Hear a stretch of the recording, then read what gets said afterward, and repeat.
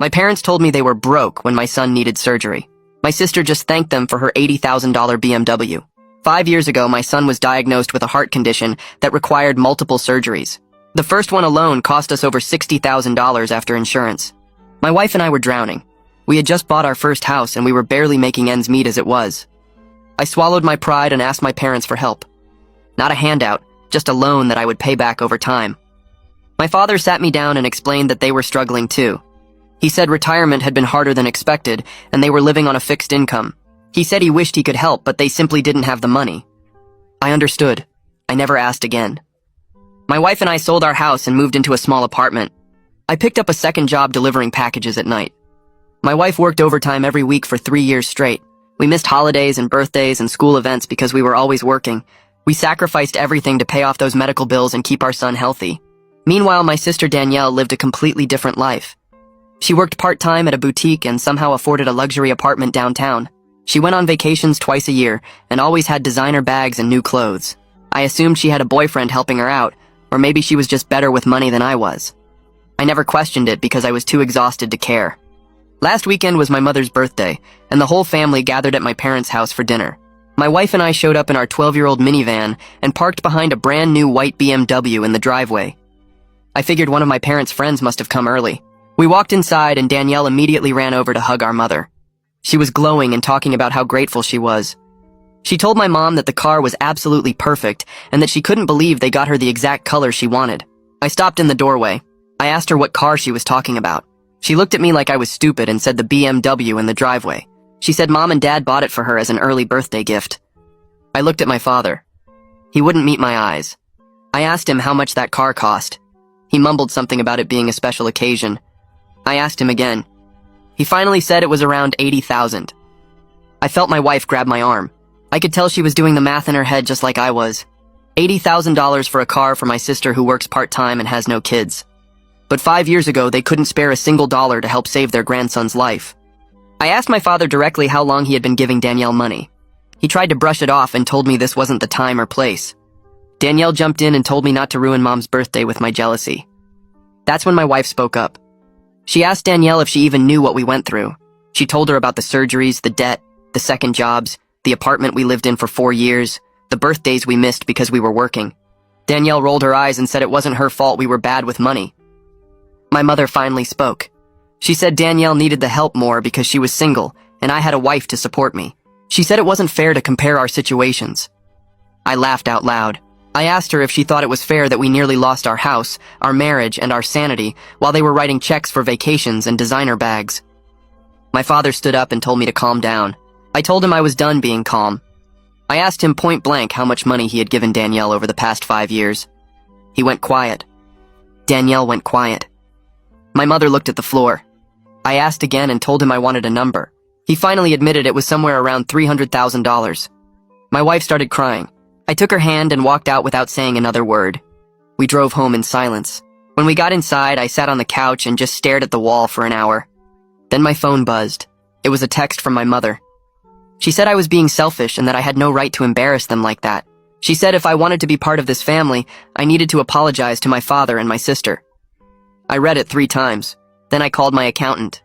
Because what my parents don't know is that last month I was named partner at my firm. And the first thing I'm doing with my new salary is hiring the lawyer who handled their estate planning. I sit on my couch staring at my phone after reading my mother's text, demanding I apologize, and something shifts inside me from hurt to ice-cold clarity. My wife sits beside me in silence, her eyes still red from crying in the car. I open my email app and forward the text to Grant Moser with a single message, asking if he can meet first thing Monday morning. I don't explain anything else, and I don't need to. Grant has been handling my taxes and finances for 6 years, and he knows exactly what kind of year we've had with the partnership promotion. My phone rings less than 20 minutes later, even though it's Saturday night. Grant's name lights up the screen and I answer on the second ring. He asks if this is about what he thinks it's about. I tell him yes. I'm ready to discuss my parents' estate planning situation. There's a pause and I can hear him typing something on his keyboard. He says he'll clear his Monday morning schedule and bring someone who handles trust and estate law. I thank him and hang up. My wife reaches over and takes my hand without saying anything. Sunday morning, I wake up early and start researching estate planning lawyers in our area. I make coffee and sit at our kitchen table with my laptop, clicking through websites and reading reviews. My wife joins me after a while and helps me make a list of questions we need answered. Our son sits in the living room watching cartoons, completely unaware that his grandparents chose a BMW over his life. I type out questions about wills and trusts and inheritance laws. I need to understand exactly what legal options exist before I make any moves. My wife adds a question about whether gifts given during someone's lifetime count against inheritance. I hadn't thought of that, but it's a good question. Monday morning arrives and I drive to Grant's office downtown. The building is one of those newer glass towers that reflects the morning sun. I take the elevator to the 14th floor and walk into the reception area. Grant meets me at the door and introduces me to Vivian Hodges, a family law attorney he brought in for consultation. She's probably in her 50s with short gray hair and sharp eyes that miss nothing. We sit in a conference room with a view of the city. Vivian asks me to walk her through the entire situation from 5 years ago to now. I start with my son's diagnosis and the surgery costs. I explain asking my parents for help and my father sitting me down to tell me they were broke. I describe selling our house and moving to the apartment. I talk about my second job delivering packages and my wife's overtime for 3 years straight. Vivian takes notes on a yellow legal pad, writing quickly in neat handwriting. Her face stays calm and professional, but I see her grip her pen tighter when I get to the birthday party. I tell her about the BMW in the driveway, and Danielle thanking our parents for the exact color she wanted. I explain the confrontation, and my father finally admitting he'd given Danielle $300,000 over 5 years. Vivian stops writing and looks up at me. She asks me to repeat that number. I say 300,000. She writes it down and underlines it twice. Vivian explains that while my parents have no legal duty to give me money, there are several angles worth looking at depending on how their estate is set up. She asks if I know whether they have a will, a trust, or both. She asks if I'm currently named as someone who gets inheritance. I think back to 5 years ago, when my father mentioned something about estate planning during a casual conversation at Thanksgiving. He'd said something about meeting with Dominic Stratton, a lawyer who handles wills and trusts. I tell Vivian this and she writes down the name. Grant leans forward and asks if I want him to try to find out more about Stratton. I nod. Grant suggests we need to understand my parents' actual financial situation before deciding what to do next. He asks permission to pull together my own financial records from the past 5 years to show exactly what we gave up while they claimed they had no money. I agree right away. Those records will show the brutal reality of everything we lost. The house sale that cost us equity, my second job income, my wife's overtime pay, every missed birthday and holiday because we were working. Grant says he'll have something ready by Wednesday. Vivian adds that documentation will be important if we decide to take any legal steps. I return to work Monday afternoon and try to focus on my cases. I have a client meeting at 2, and I force myself to review the file beforehand. But my mind keeps going back to my mother's text. The words keep playing in my head. Selfish. Embarrass them. Apologize. I'm staring at my computer screen when Regina Wolfe stops by my office. She's been my mentor at the firm since I started as an associate 8 years ago. She asks if everything's okay because I seem off. I pause, then tell her the basics of what happened. She sits down in the chair across from my desk and listens with the same careful attention she gives to complicated legal problems. When I finish, she's quiet for a moment.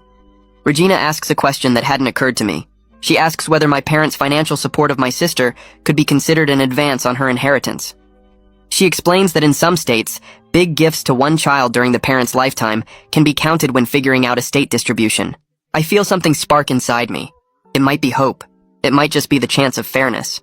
Regina says I should ask Vivian about it because it depends on state law and how the estate documents are written. I thank her and she tells me to take care of myself. She says family stuff is always the hardest.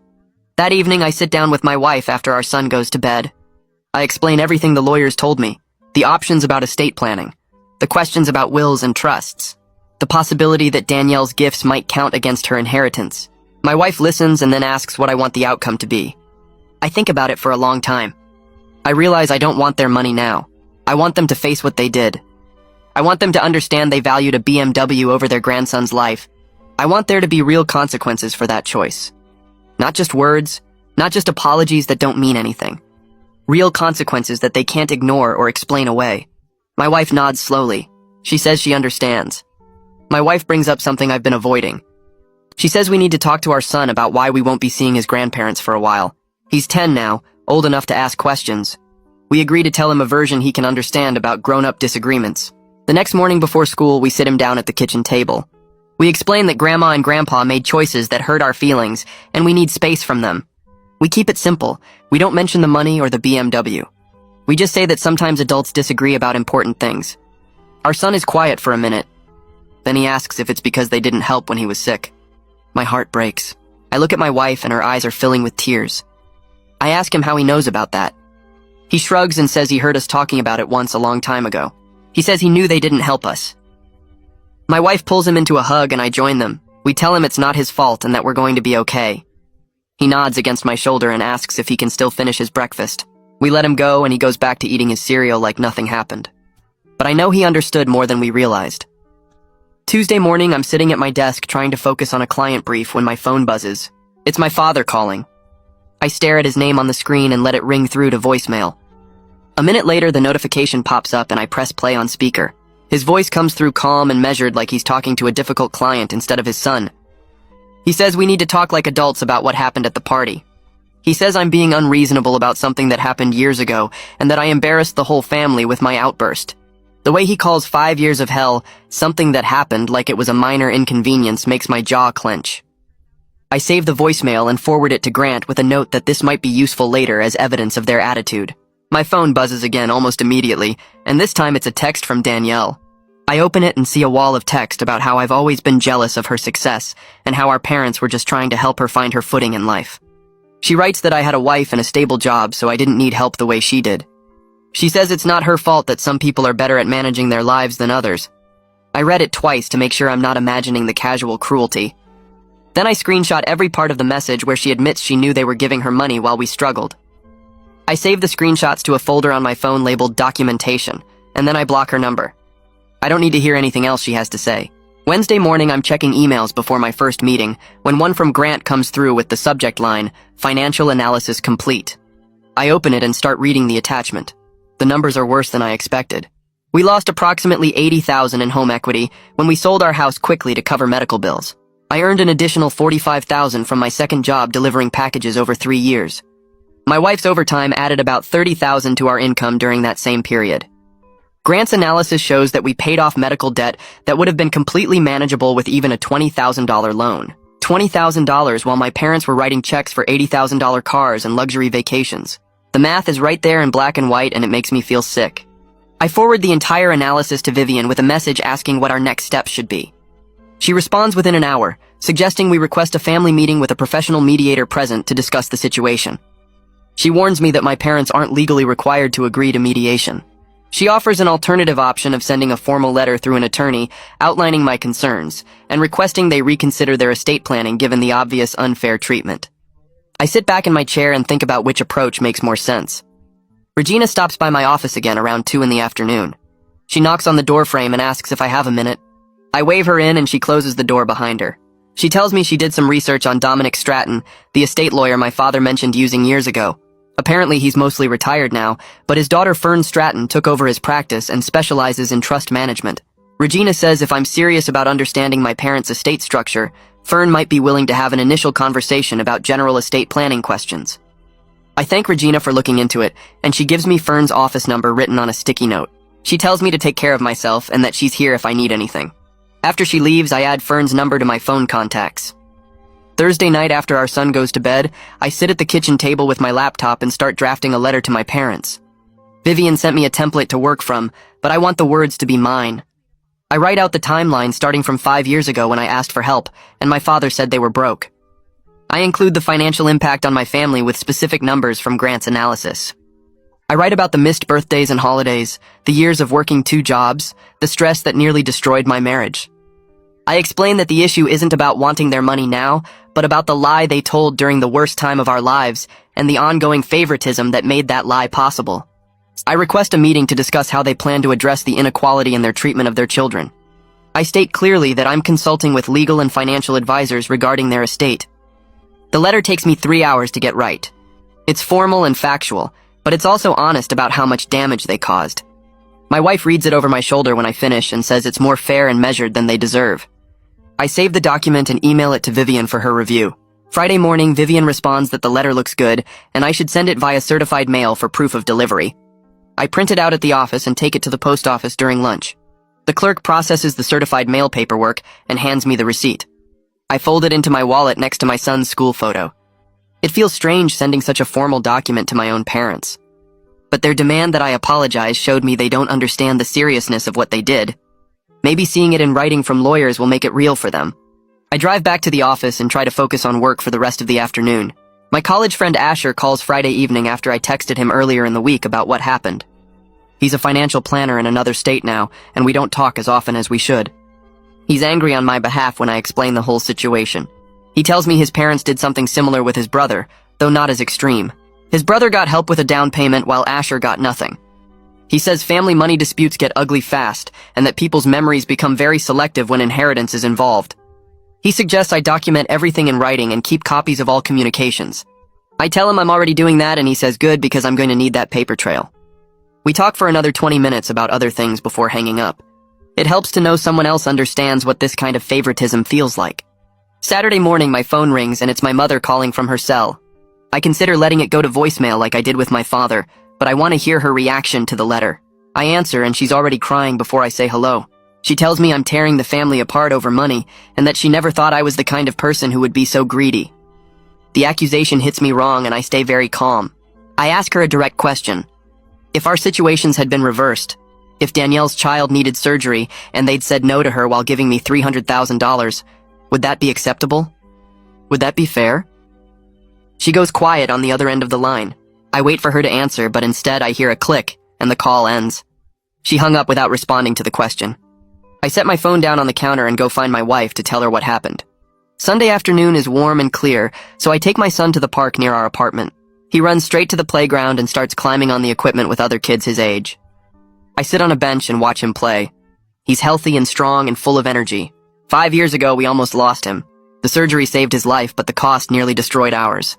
A simple loan from my parents would have let us keep our house and maintain some stability during the scariest time of our lives. We could have been there for more school events. We could have had family dinners instead of passing each other between work shifts. We could have actually enjoyed watching our son recover, instead of drowning in debt and exhaustion. But my parents chose to fund my sister's designer handbag collection and luxury apartment instead. They chose a BMW over their grandson's well-being. And then they acted like I was being unreasonable for expecting basic family support during a medical crisis. My son waves at me from the top of the slide and I wave back. He's smiling and happy and completely unaware of how close we came to losing everything. I'm grateful he doesn't have to carry that weight. But I'm never going to forget what my parents did to us, and I'm going to make sure there are real consequences for their choices.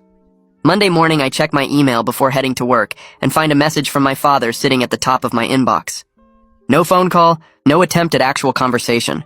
Just a cold email sent at 6 in the morning like he was handling business correspondence. I open it and read through his response to the letter I sent last week. He writes that their financial decisions are their own business, and that I have no right to question how they choose to spend their money. He says the letter I sent was disrespectful and crossed a line. Then comes the part that makes my jaw tighten. He writes that if I continue down this path, I'll regret it. The thread is vague enough to have plausible deniability, but clear enough that I know exactly what he means. He's telling me to back off or face consequences. I forward the email to Vivian immediately with a short message asking her to review his response. Then I get dressed for work and try to focus on the day ahead.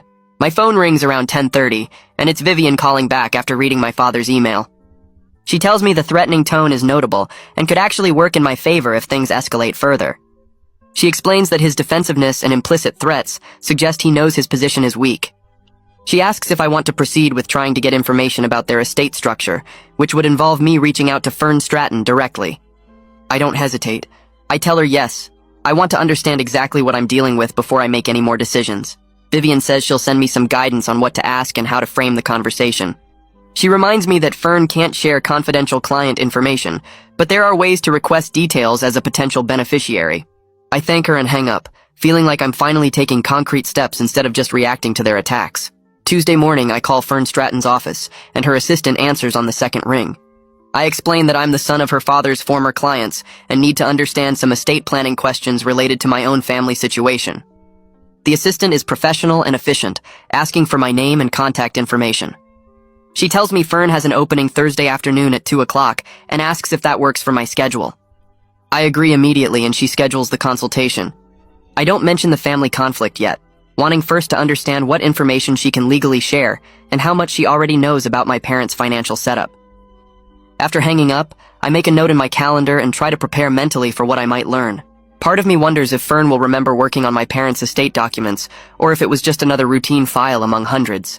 Work becomes a strange refuge over the next few days, where I can focus on other people's problems instead of my own.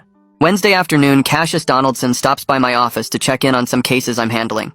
He's the managing partner and technically my boss now that I made partner last month. He asks about my long-term goals with the firm and whether I'm interested in taking on more complex cases now that I have the title and compensation to match. I tell him I'm definitely interested in expanding my caseload, and he seems pleased. As we talk about future opportunities, I realize something that makes my chest feel tight. My promotion means financial security that my parents could have helped us achieve years ago if they hadn't been secretly funding my sister's lifestyle. The partnership salary would have seemed impossible 5 years ago when we were drowning in medical debt. Now I have it, but only because my wife and I sacrificed everything to climb out of that hole ourselves. My parents watched us struggle and chose not to help, and now I'm finally in a position where I don't need them anymore. The timing feels both satisfying and deeply sad.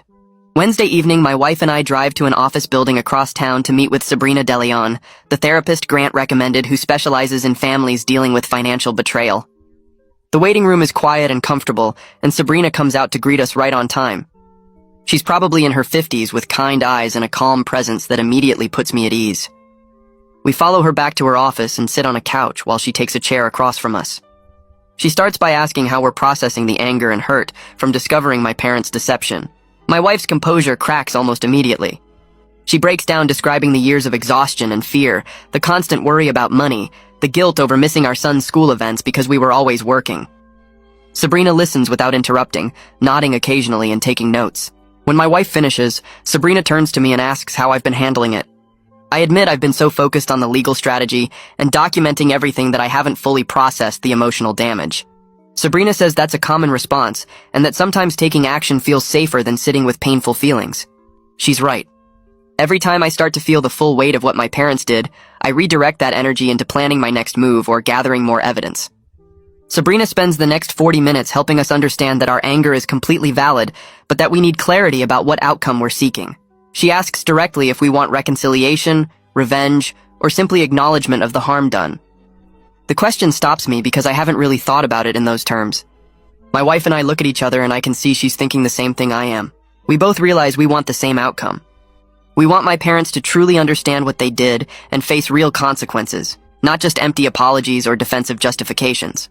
We want them to sit with the reality that they chose a BMW over their grandson's life and that their favoritism nearly destroyed us. Sabrina asks what real consequences would look like to us, and I tell her I'm working on that through legal channels. She cautions that legal action might give us a sense of control, but won't necessarily provide emotional closure. I understand what she's saying, but right now, having some control feels necessary after years of feeling powerless. Thursday afternoon, I arrive at Fern Stratton's office 15 minutes early and sit in the waiting area reviewing the questions Vivian helped me prepare. At exactly 2 o'clock, Fern comes out to greet me. She's younger than I expected, probably early 40s, with a professional but warm demeanor. I follow her back to her office, and she gestures for me to sit in one of the chairs across from her desk. I start by explaining that I'm trying to understand estate planning in general because of a family situation I'm dealing with. She nods and asks what specific questions I have.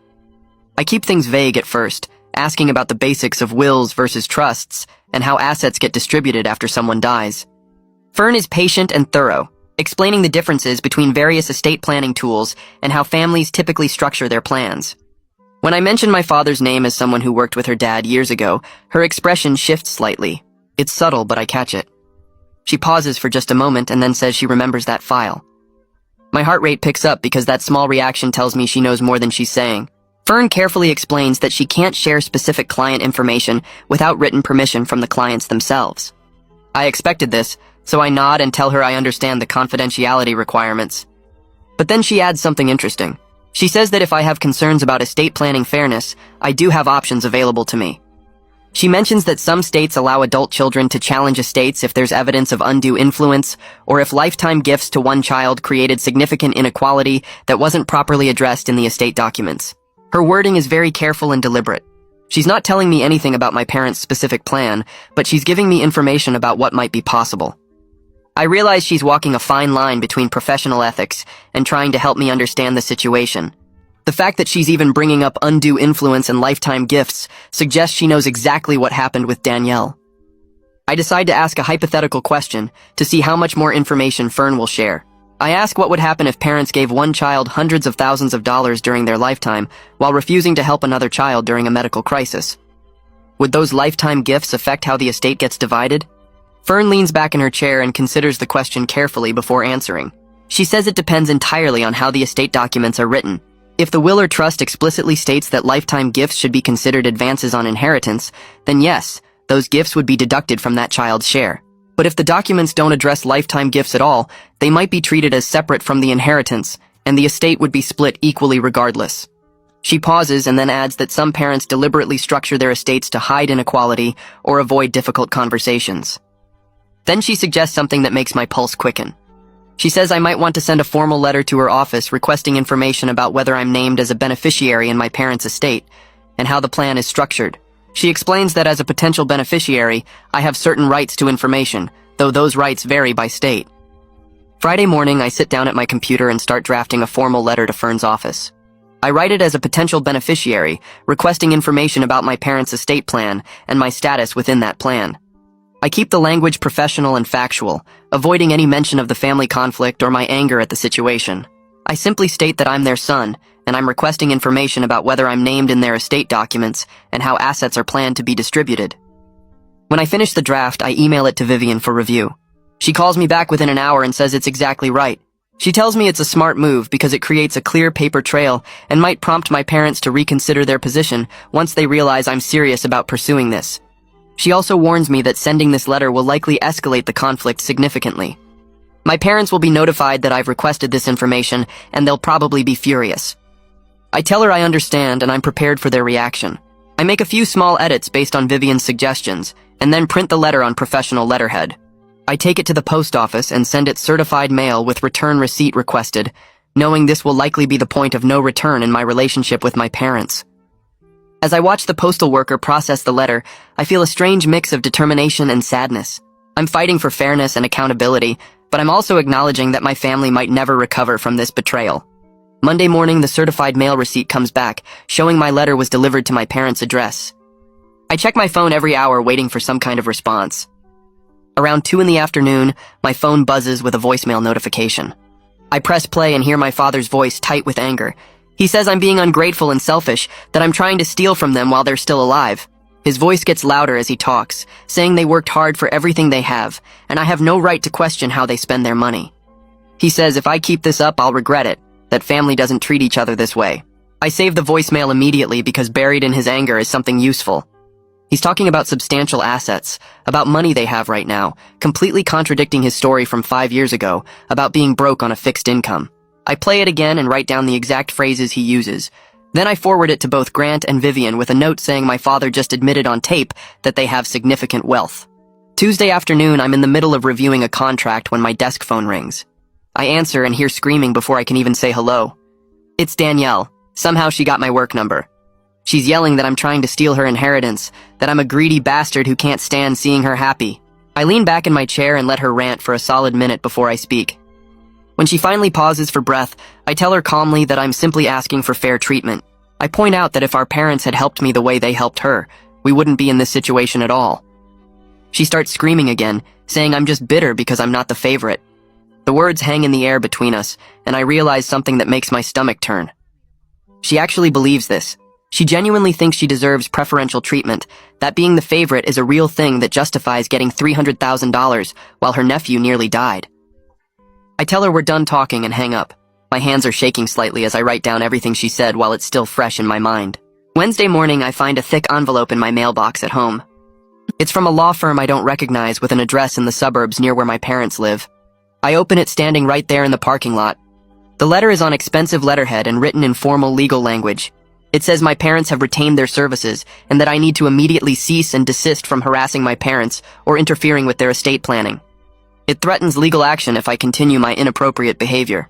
The letter uses words like stalking and intimidation and makes it sound like I've been doing something criminal instead of just asking questions. I take photos of every page and send them to Vivian before I even get back inside my apartment. She calls me back within 20 minutes and I can hear the smile in her voice.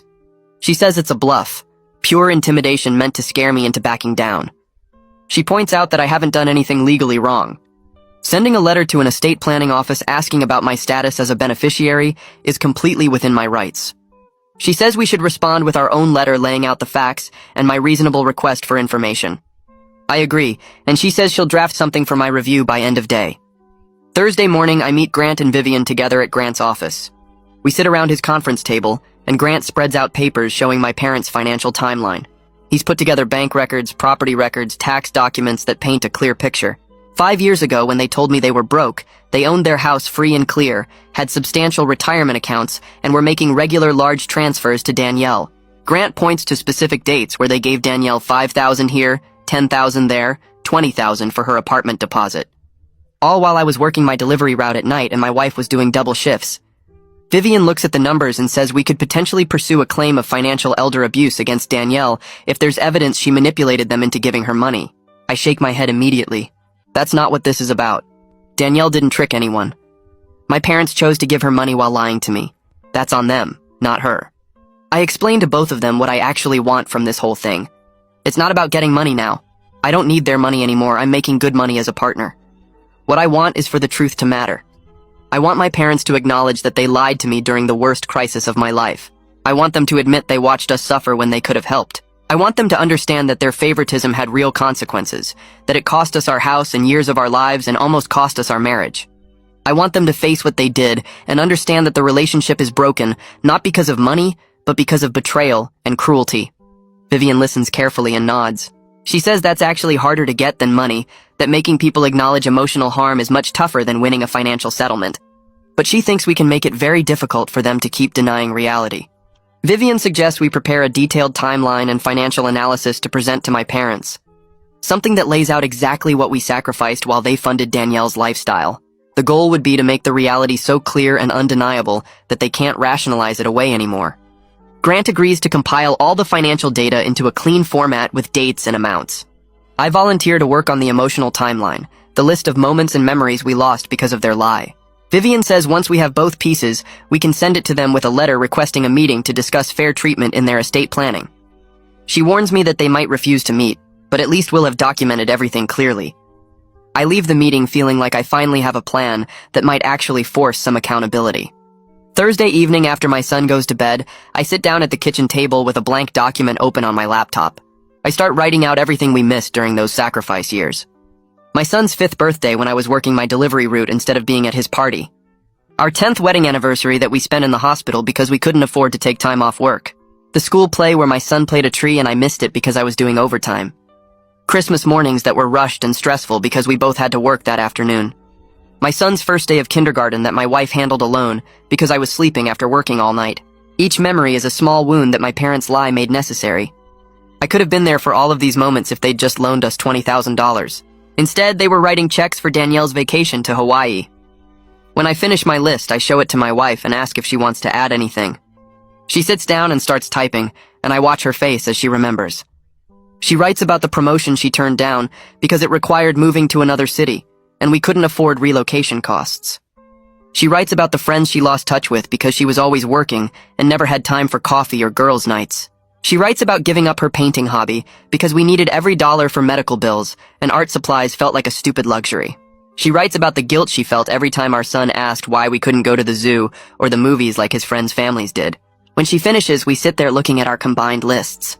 Together, they paint a picture of two people who gave up years of their lives, who sacrificed everything that makes life worth living, while my parents wrote checks for BMWs and designer handbags. Friday afternoon, I get an email from Fern's office. The subject line is formal and professional. The email states that my parents have instructed her not to share any information about their estate planning with me. That's not surprising given the angry voicemail and the lawyer's letter. But then I notice she's attached something to the email. It's a generic pamphlet about beneficiary rights and estate contests in our state. I open it and start reading the legal language about when beneficiaries can challenge estates. Several sections are highlighted in yellow. One section talks about undue influence and how lifetime gifts can be considered when determining fair distribution. Another highlighted section explains that beneficiaries have rights to information about estate structure if they can show reasonable cause. I read between the lines and realize what Fern is telling me. She can't give me information directly, but she's pointing me toward the legal framework that would let me challenge their estate if they've structured it unfairly. She's helping me without violating her professional ethics. Saturday morning, Asher calls to check on me. We haven't talked in a couple weeks, and I fill him in on everything that's happened since I sent the letter to Fern's office. The voicemail from my father, Danielle's screaming phone call, the lawyer's threatening letter, the meeting with Grant and Vivian. He listens quietly, and then asks me the question I've been avoiding. He wants to know what my endgame is, whether I'm prepared to be permanently cut off from my parents. I sit with that question for a minute before answering. I tell him I think we're already cut off. I just didn't realize it until the BMW showed me how little they value me compared to my sister. Being cut off from people who would watch you suffer unnecessarily isn't really a loss. It's just finally seeing clearly what was always true. Asher tells me that being cut off from people who never valued me equally isn't really a loss. It's just accepting reality. He says I'm better off knowing the truth now than spending another decade wondering why I never felt like enough. We talk for another 20 minutes, and when I hang up, I feel steadier than I have in days. Monday morning, I wake up early and review everything one more time. Grant sent the financial analysis on Friday, showing every dollar we sacrificed while my parents funded Danielle's lifestyle. Vivian drafted a letter that lays out the facts without sounding emotional or accusatory. I read through the timeline my wife and I created, all those missed moments and brutal years documented in simple sentences. The package is ready to go.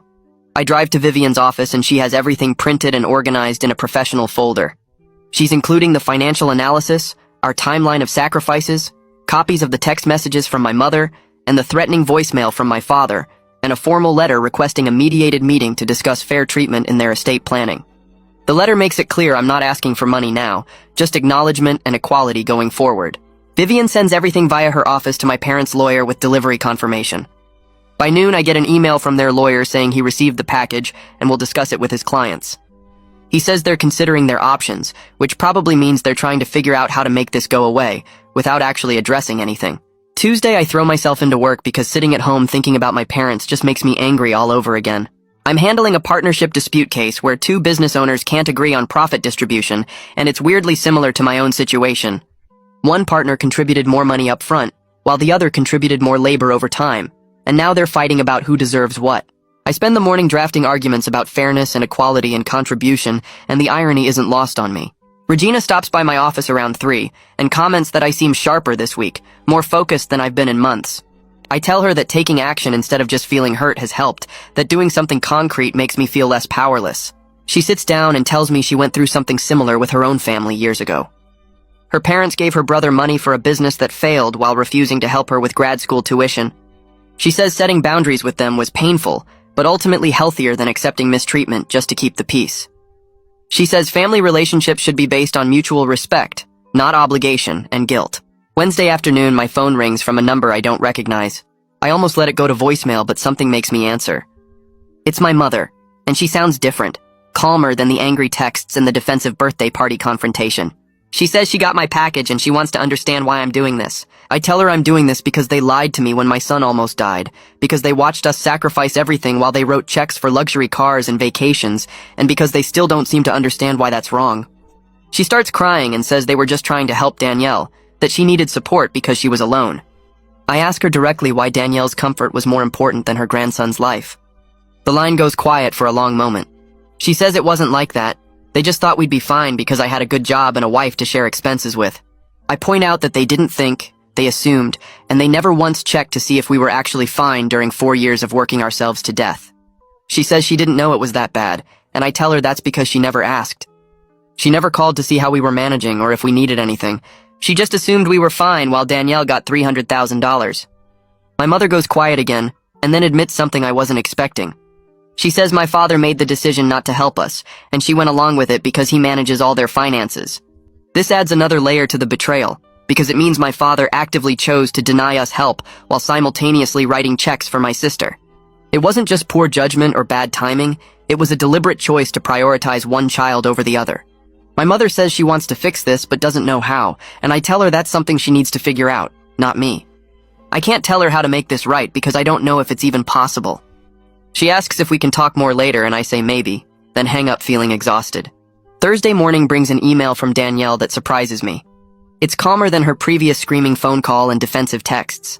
She writes that our mother is devastated by all this, and maybe we should all sit down and talk things through like adults. I read the email 3 times looking for an apology or any acknowledgement of the unfairness, but there's nothing. She's just suggesting we talk as if that will magically fix years of inequality and lies. She doesn't say she understands why I'm upset, or that she recognizes the disparity in how we were treated. She just wants everyone to sit down and presumably wants me to apologize for embarrassing them at the birthday party. I don't respond right away because would they actually listen, or would it just be another attempt to make me back down and accept things as they are? Friday evening, my wife and I have our regular session with Sabrina, and I bring up Danielle's email about meeting. Sabrina asks what I hope to gain from a family meeting and whether I believe my parents are capable of the kind of acknowledgement I need. My wife jumps in and says she's worried they'll just try to manipulate me into backing down, that they'll make promises they don't intend to keep just to smooth things over. She says we should only agree to meet if we're prepared for them to remain defensive and if there's a professional mediator present to keep things from turning into another screaming match. Sabrina agrees that mediation would be essential and asks me to think about my goals for such a meeting. Do I want an apology? Do I want them to change their estate plan? Do I want acknowledgement of the harm they caused? I realize I want all of those things, but I'm not sure they're capable of giving them.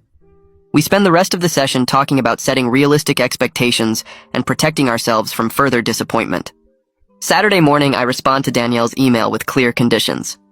I'll agree to a family meeting only if it's mediated by a professional and if everyone agrees to speak honestly about the financial history. I state clearly that I'm not interested in a meeting where everyone pretends this is just a simple misunderstanding or where I'm expected to apologize for being upset about their lies. Danielle responds within an hour saying she'll talk to our parents about finding a mediator. Her response is brief and doesn't address my conditions directly, which makes me think she didn't actually read them carefully or doesn't understand that I'm serious. The following week passes with no word about mediation. No emails, no calls, nothing. By Thursday, I realize my parents are probably hoping I'll just let this drop if they ignore me long enough. They're used to me being the reasonable one, the one who accepts things and moves on. Instead, I call Vivian and ask her to send another formal letter to their lawyer. This one reiterates my request for fair treatment in estate planning and notes their refusal to engage in good faith discussion. The letter states clearly that I'm prepared to contest their estate if necessary to address the inequality created by Danielle's lifetime gifts. Vivian sends it Friday morning, and by Monday afternoon, we get a response. My father's lawyer sends a proposal that catches me off guard. My parents will agree to mediation if I agree not to pursue any legal action regarding their estate while they're alive. Vivian calls me to discuss the offer and says it's actually a reasonable compromise because I can't force them to change their estate plan right now anyway. The law gives them complete control over their assets while they're living. What I can do is contest the estate after they die if it's structured unfairly, and this agreement doesn't prevent that. She says agreeing to their terms gets me what I want, which is a mediated conversation where they have to face what they did. I think about it for a day and then agree. We schedule the mediation for 3 weeks out, which gives everyone time to prepare and find a qualified mediator. Vivian says she'll help me get ready, and that we should treat this like preparing for trial, with clear points to make and evidence to present. I hang up feeling like I'm finally going to get the chance to make them understand, even if I'm not sure they're capable of really hearing me. I spend the next 2 weeks meeting with Vivian almost every other day. We sit in her office with stacks of papers spread across the conference table. Bank statements showing our apartment rent versus what we paid for the house. Hospital bills with payment plan schedules stretching across 3 years. My delivery company pay stubs from those night shifts. My wife's overtime records. Vivian helps me organize everything into a timeline that shows exactly what we sacrificed while my parents wrote checks for Danielle's luxury life. She asked me questions about specific moments, writing down my answers in neat columns. What were you doing the night of your son's 6th birthday? Working my delivery route until midnight. What happened when your wife's mother offered to help? We refused because we were too proud to admit how bad things were. Vivian tells me the goal isn't to make them feel guilty. It's to make them see the reality they chose to ignore. She says my father will probably stay defensive, but my mother might actually listen if we present the facts clearly. We practice my opening statement over and over until I can say it without my voice shaking. I write down the moments we missed and read them out loud until they sound like facts instead of accusations. My son's school play, our anniversary, Christmas morning. Every single one happened because we were working to pay bills my parents could have helped with. Vivian reminds me that staying calm will be more powerful than getting angry, that facts speak louder than emotions. The night before the mediation, I lie in bed staring at the ceiling. My wife sleeps beside me, but I can tell from her breathing that she's awake too. I run through every possible scenario in my head. My father refusing to acknowledge anything. My mother crying and making it about her feelings. Both of them walking out when they realize I'm serious about the estate planning. My wife rolls over and puts her hand on my arm. She tells me that whatever happens tomorrow, we already survived the worst part. We made it through the surgeries and the debt and the years of exhaustion. Nothing they say or do can change the fact that we're okay now. She's right, but I still want them to understand what they did to us. I want my father to look me in the eye and admit he lied when my son needed help. I want my mother to stop making excuses for choosing my sister over her grandson. My wife squeezes my hand and tells me to try to sleep. I close my eyes, but my mind keeps playing out different versions of tomorrow until I finally drift off around 4 in the morning. The mediation office is in a professional building downtown with generic gray carpets and motivational posters on the walls. Vivian meets me in the lobby, and we take the elevator to the 3rd floor. The conference room has a long table with chairs on both sides and windows overlooking the parking lot. Dr. Tiernan Finch arrives first, a woman in her 50s with short gray hair and calm eyes. She shakes my hand and explains that her job is to help everyone communicate effectively, not to take sides or make judgments. She asks me to sit on one side of the table with Vivian while we wait for my parents. They arrive 10 minutes late with their lawyer, a thin man in an expensive suit who introduces himself, but whose name I immediately forget. My mother looks smaller than I remember, her face tired and older. My father won't look at me, keeping his eyes on the table as he sits down. I notice Danielle isn't here and feel relieved because I don't think I could stay calm with her in the room. Dr. Finch starts by explaining the ground rules. Everyone gets to speak without interruption. We focus on facts and feelings, not accusations or blame. The goal is understanding first, then finding a path forward if possible. She looks at each of us to make sure we understand and agree. Dr. Finch asks me to present first since I requested the mediation. I open the folder Vivian prepared and take out the timeline we created. My voice stays steady as I walk through everything starting with my son's diagnosis 5 years ago. The first surgery costing over $60,000 after insurance. Asking my father for help, just a loan I would pay back. Him telling me they were broke and living on a fixed income. I show them the financial analysis of what we sacrificed after that. Selling our house and losing $80,000 in equity. My second job earning $45,000 over 3 years of night shifts. My wife's overtime adding $30,000 more. The apartment we lived in for 4 years. I read from the list of moments we missed. My son's 5th birthday when I was delivering packages. Our anniversary in the hospital. The Christmas mornings we rushed through because we had to work. Each one a direct result of not having the help my parents could have easily provided. Then I show them the timeline of Danielle's gifts during those same years.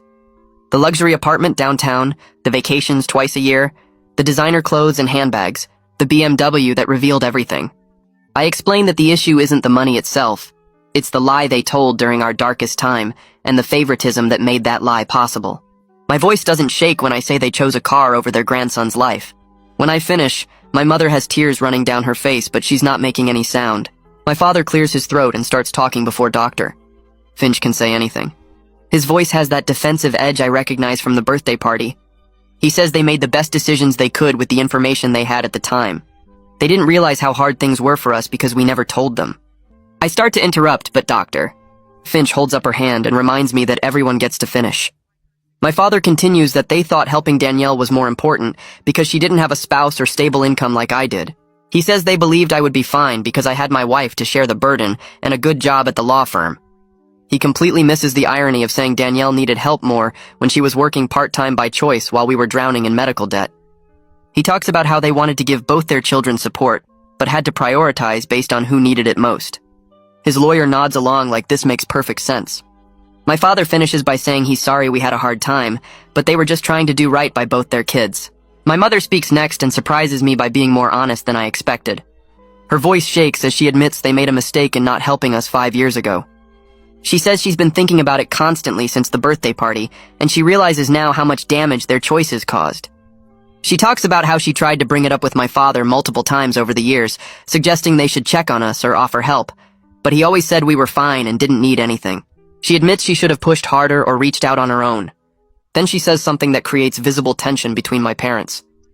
She's tried to talk to my father about changing their estate plan to be more fair, but he's been resistant because he doesn't want to admit he was wrong about how they handled things. My father's jaw tightens and he stares at the table. His lawyer leans over and whispers something to him. My mother keeps talking, saying she knows an apology isn't enough, but she wants me to understand that she sees now what they did to us. She wipes her eyes and looks at me directly for the first time since they arrived. Doctor. Finch lets the silence sit for a moment before she addresses my father directly. She asks him if he understands why his son feels betrayed by what happened. My father shifts in his chair and takes a long time to answer. He finally says he thought he was doing the right thing for both his children at the time. The words sound rehearsed like his lawyer told him what to say. I lean forward and ask him how giving one child $300,000 while telling the other he's broke during a medical crisis could possibly be doing right by both children. He doesn't have an answer. His mouth opens, but nothing comes out. Doctor. Finch doesn't push him, just lets the question hang in the air. The silence stretches so long I can hear the clock on the wall ticking. My father's lawyer starts to say something, but my father waves him off. He looks at me for the first time since we sat down, and I see something in his face that might be shame. But he still doesn't answer the question. Doctor. Finch calls for a break and everyone stands up. My parents and their lawyer go into a smaller room down the hall. I walk out to the lobby where my wife has been waiting.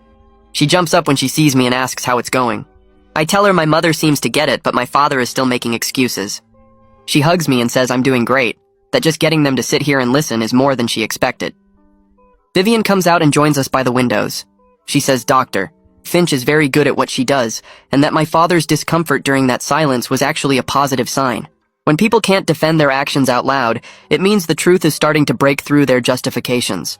She tells me the second half will probably focus on concrete solutions, rather than rehashing the past. She asks if I'm clear on what I want as an outcome.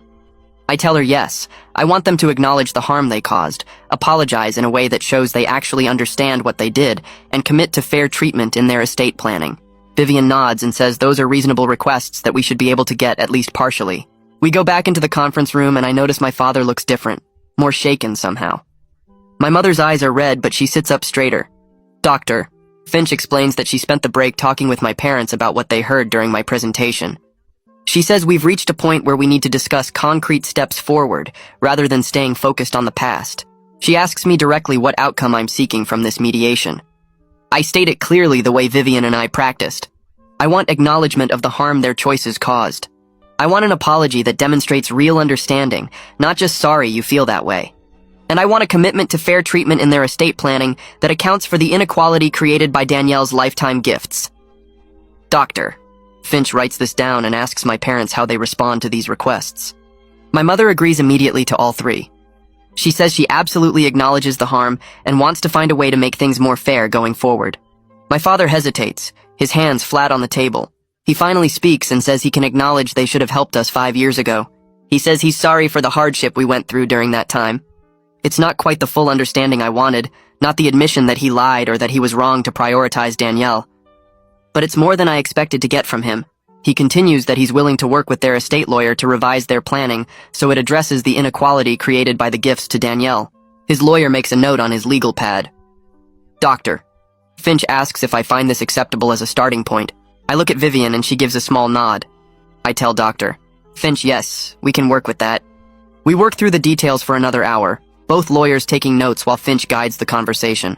My parents' lawyer drafts language stating that any inheritance I receive won't be reduced by amounts given to Danielle. The $300,000 becomes an advance on her share, not a separate gift. My father signs the agreement with a tight jaw. My mother's hand shakes as she adds her signature. They also agree to cover our therapy costs, which Vivian makes sure gets documented in writing. I watch my father's lawyer make copies of everything, and I feel something shift inside me. Not forgiveness exactly, but maybe the beginning of letting go of the worst of the anger. Finch asks if we see potential for rebuilding the family relationship. I tell her honestly that I don't know. Trust takes years to build, and they destroyed a lot of it with their choices. My mother's face crumples, and she asks if she can see her grandson. I pause before answering. That's something my wife and I need to discuss as a family, I tell her.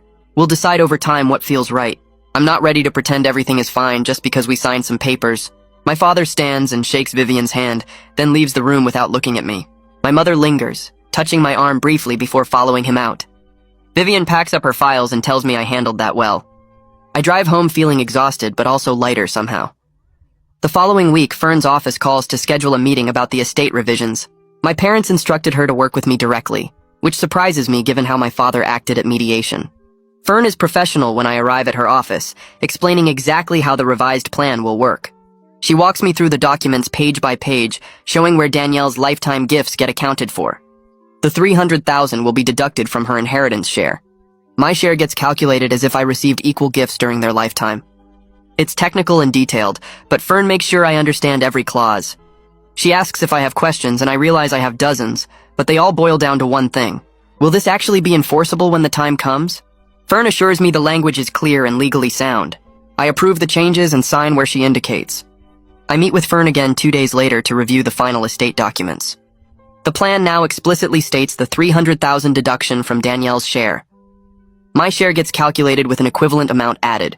It's not perfect justice for 5 years of unnecessary suffering, but it's acknowledgement in legal terms that the inequality was real and needed correction. I read through every page twice before approving.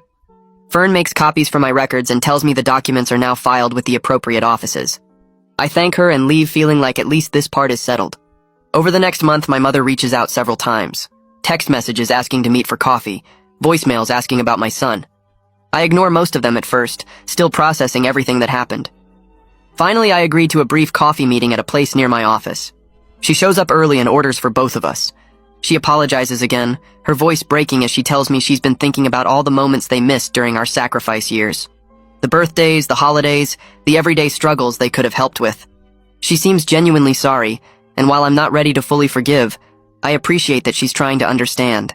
We talk for 40 minutes and it's awkward but not hostile. I tell her she can see my son occasionally, but we need clear boundaries.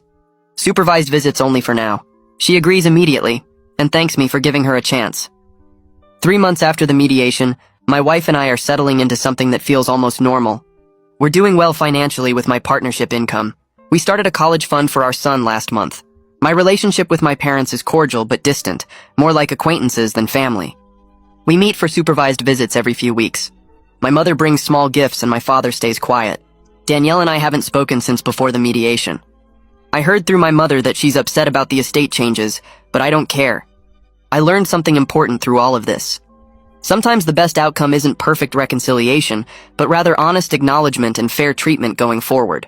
We're building the life we should have had 5 years ago. This time we're doing it with our eyes open about who we can actually count on. My son is healthy and happy. My wife and I are stronger for surviving what we went through. And I know now that family isn't just about blood, it's about who shows up when things get hard.